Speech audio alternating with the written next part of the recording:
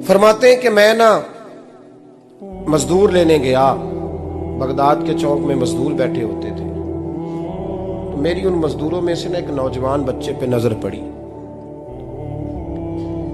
बड़ा कमजोर सा वजूद था, लेकिन चेहरे पर इबादत का निशान था। माथा बताता था कि नमाज का बड़ा ख्याल रखता है। मैं उसके करीब गया।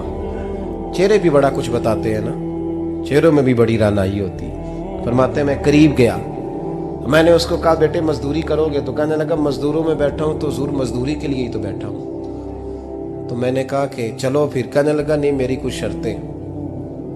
मैंने कहा बताओ। कहने लगा पहली शर्त यह है कि लोग 4 दिनार दिहाड़ी लेते हैं, मैं 3 दिनार लूंगा। मैंने कहा यार बे तो बड़ी बेहतरीन है, बाकी भी इस तरह की रख ले। उसने कहा हुजूर दूसरी शर्त यह है कि मैं आपकी मुकम्मल बात मानूंगा, लेकिन जब अजान हो जाएगी फिर आपकी नहीं सुनूंगा।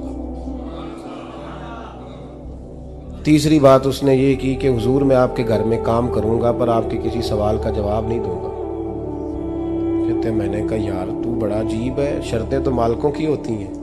कहने लगा जी बहरहाल मैं शर्तें लगा के जाता हूँ। फरमाते मैं उसे घर ले आया।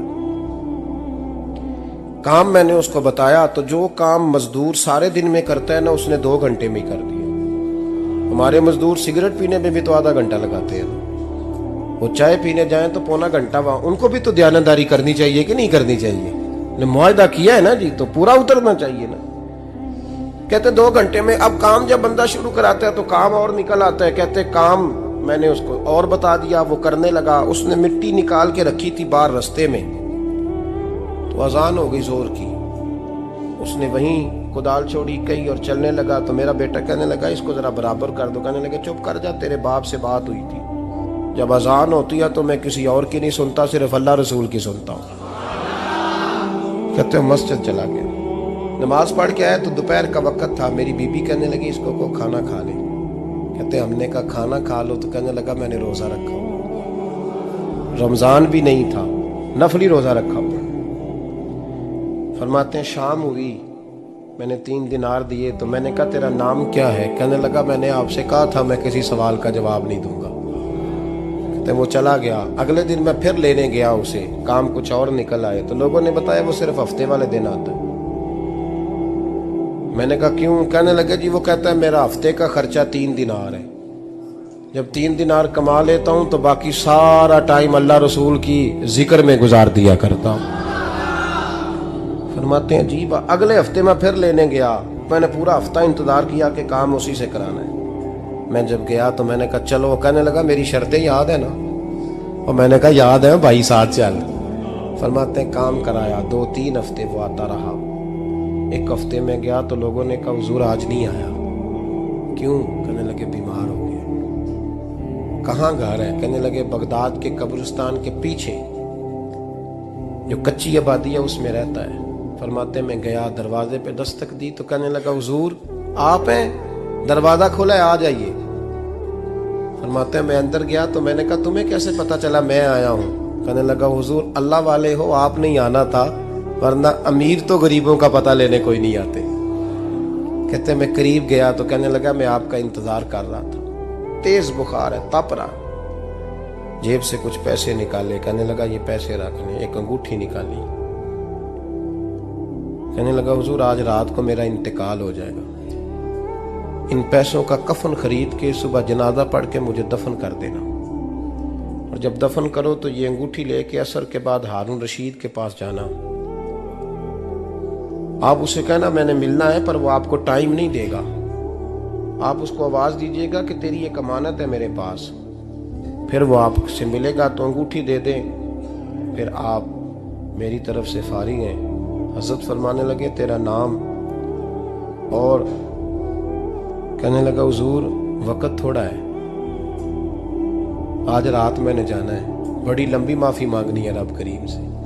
अगर मुनासिब समझे तो मुझे अपने रब से तन्हाई कर दे दे। फरमाते हैं मैं आ गया, पर उसकी बातों ने मुझे सारी रात सोने नहीं दिया। फरमाते हैं सुबह बड़ी मुश्किल से सूरज निकला। मैं गया, दरवाजे पे हाथ रखा तो दरवाज़ा खुला हुआ था। अंदर दाखिल हुआ तो खुशबुएं मेरा इस्तकबाल कर रही थी। जब चेहरे से कपड़ा हटाया तो उसका तो इंतकाल हो चुका। इंतकाल हो चुका है, ऐसे है जैसे किसी का दीदार करके सोया।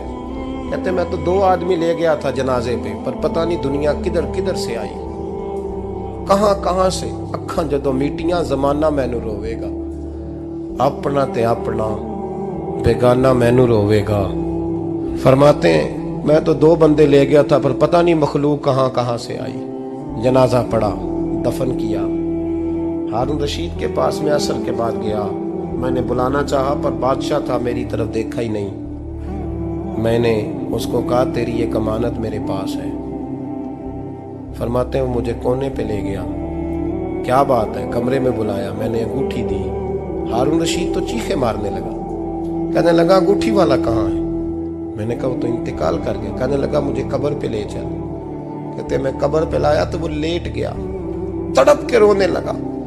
मैंने कहा मेरा कलेजा फट जाएगा, ना उसने कुछ बताया ना तूने बताया, ये कौन था? तो हारून रशीद कहने लगा ये मेरा बेटा था। मैंने कहा तेरा बेटा और मजदूर? कहने लगा हुजूर ये हजरत दाऊद ताई के पास बैठा करता था, उनका मुरीद था, मुझे रोज कहता था अब्बा तूने बड़ी दुनिया इकट्ठी कर ली है, मरते वक्त तुझसे टांगे समेटी नहीं जाएंगी, इतना हिसाब नहीं तू दे सकेगा। मैं इसको समझा देता, इसकी अम्मा समझा देती। ये रोज हमें कहता छोड़ दो, आ जाओ अल्लाह रसूल की बारगाह में झुक जाएं। हम समझ। एक दिन ये चला गया, कहने लगा फिर तुम्हारा रास्ता और है और मेरा रास्ता और है। ये सोने की अंगूठी गलती से इसके पास रह गई, गलती से हीरे की अंगूठी चली गई। कहने लगा देखो मेरे बेटे ने आज वो भी वापस कर दी है। फिर तड़प के कहने लगा हारून रशीद था तो ये मेरा बेटा, पर मेरा मुर्शद निकला, मेरा पीर निकला। भाई जिंदगी तो बड़ी थोड़ी है ना। बाबा साहब ने कहा था उठ फरीदा सुत्या, और दाढ़ी आ गया ही पूर, अग्गा नेड़े आ गया, पिछा रह गया ही दूर। उठ फरीदा सुत्या खलकत वेखन जा, मते कोई मिल जाई बख्शिया ते तू ही बख्शिया जा।